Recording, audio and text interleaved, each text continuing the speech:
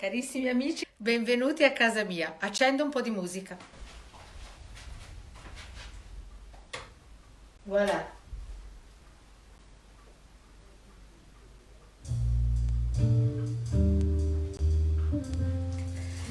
Ciao, buonasera a tutti. Benvenuti, ben saliti a casa mia e grazie per aver accettato questo invito. Insieme ce la faremo e lo sappiamo. Io sono a casa, non mi muovo e voglio fare questo perché sono abituata a comunicare con le persone nel rispetto di chi sta lavorando e sta facendo altre cose molto più pesanti, molto più dolorose. E io avrò toni miti, toni garbati, perché non è il momento di festeggiare proprio niente. Però questa casa ha sempre un dato gioioso, secondo me. Io anche quando sono triste, quando sono arrabbiata, arrivo in questa casa e sto bene. Forse perché sono circondata da opere d'arte. Salite, salite piano.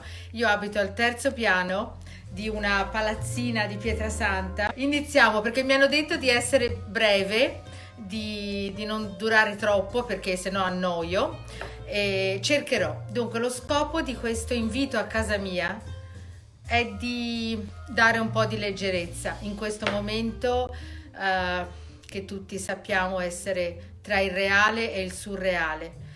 E posso dire che tra il reale e il surreale voglio inserire arte. Casa mia, perché la mia casa è questa. È una mansarda all'ultimo piano di Pietrasanta, di una casa di Pietrasanta, per chi non la conosce, una casa dell'Ottocento, una casa considerata povera, però aveva questa soffitta interessante. Io quando l'ho vista 30 anni fa ho coronato il sogno della mia vita, cioè avere una casa che somigliasse a un atelier d'artista. La cosa che vi volevo dire, per cui ho fatto questa diretta, è per raccontarvi di quanto sia importante avere arte a casa. L'arte è importante perché ho sempre detto ci aiuta a vivere meglio. A me fa tanto bene e mi auguro lo faccia anche a voi. Naturalmente le cose che vi farò vedere non sono in vendita, è solo per il gusto di condividere con voi la passione per l'arte. Vi parlerò di due artisti in particolare, di tre artisti: di Gilberto Zorio, che ho qui davanti a me, dopo ve lo faccio vedere, di Aldo Mondino, di Pino Deodato. Mi sono anche truccata da sola, spero di aver fatto un lavoro discreto. So che volete vedere i quadri, ve li faccio vedere. Intanto potete intravedere questa palma di Schifano dietro di me. Allora, quella che vedete là dietro è una palma di Schifano. È una palma, si chiama Progetto per un'oasi. È stata fatta da Mario Schifano in pochissimi esemplari e questa è una dei pochi esemplari, delle poche prove fatte in bianco. Adesso non voglio annoiarvi, perciò mi volevo concentrare su questa parte di casa che, come si dice a Pietrasanta, lato monte. Mi alzo, attenzione, mi alzo. Questa opera di Gilberto Zorio regna nella mia casa da tanti anni. Dico regna perché è un'opera a cui sono molto affezionata. L'ho appesa al centro di questa parete, in buona compagnia. Gilberto Zorio è il padre dell'arte povera insieme ad altri personaggi famosissimi. Questa è la famosa stella di Alcalá. Perché è in questa mia collezione? Perché è un'opera che Gilberto Zorio ha fatto per una mostra che io feci dedicata al nostro amato Aldo Mondino. Aldo Mondino è un artista che ha fatto parte della mia galleria per tanti anni e quando scomparve all'età di 70 anni soltanto, perché il suo gruppo storico di artisti non ha superato, nessuno di loro ha superato i 70 anni perché hanno vissuto una gran vita, se la sono goduta fino in fondo e hanno consumato il loro corpo più del normale. Perciò Aldo Mondino, Mario Schifano, Alighiero Boetti, Tano Festa, Franco Angeli, ci hanno lasciato tutti sempre troppo presto. Io organizzai una mostra in galleria nel 2010 invitando tanti artisti amici insieme alla curatrice e hanno aderito tutti, tra cui Gilberto Zorio, che mi preparò quest'opera pensando ad Aldo Mondino durante una scampagnata ad Alcalá in Spagna, dove tutti e due, probabilmente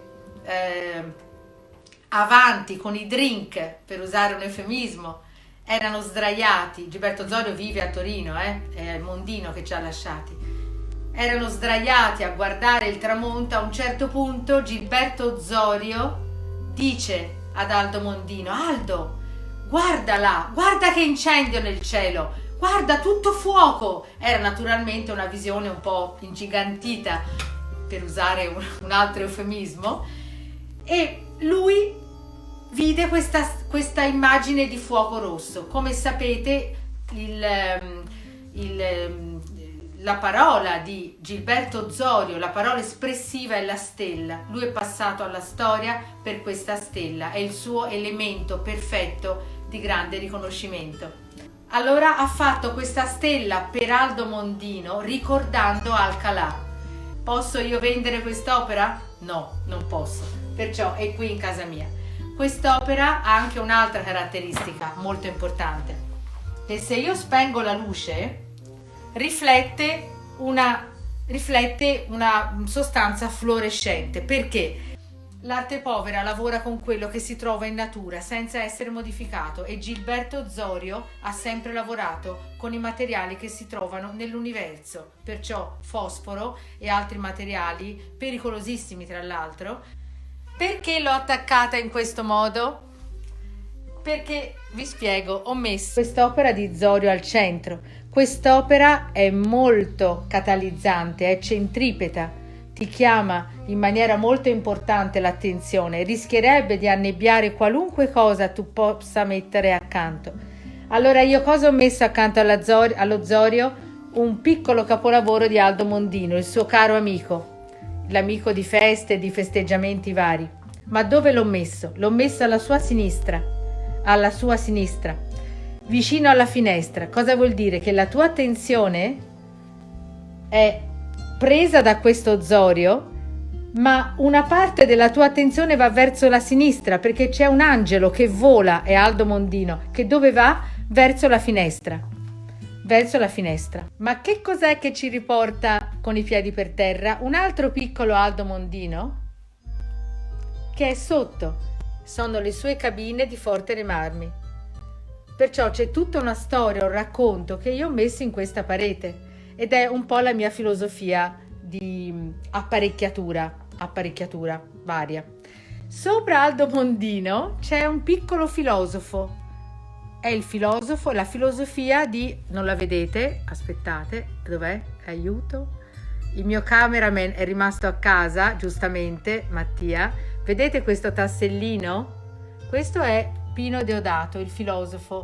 Perciò c'è un suggerimento filosofico, e sopra c'è il chiodo fisso di Pino Deodato, perché è un chiodo messo là. Questa è la parete, vi piace?